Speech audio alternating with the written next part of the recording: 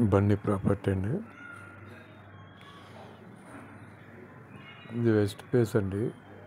1170 SFT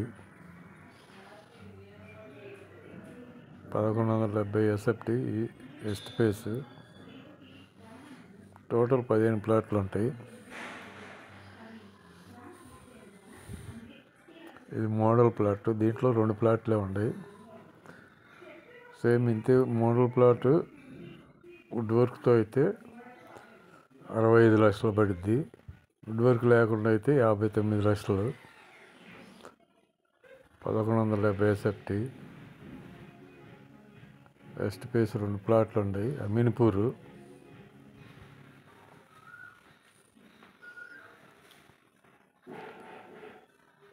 Ameenpur సాయంబిక colony.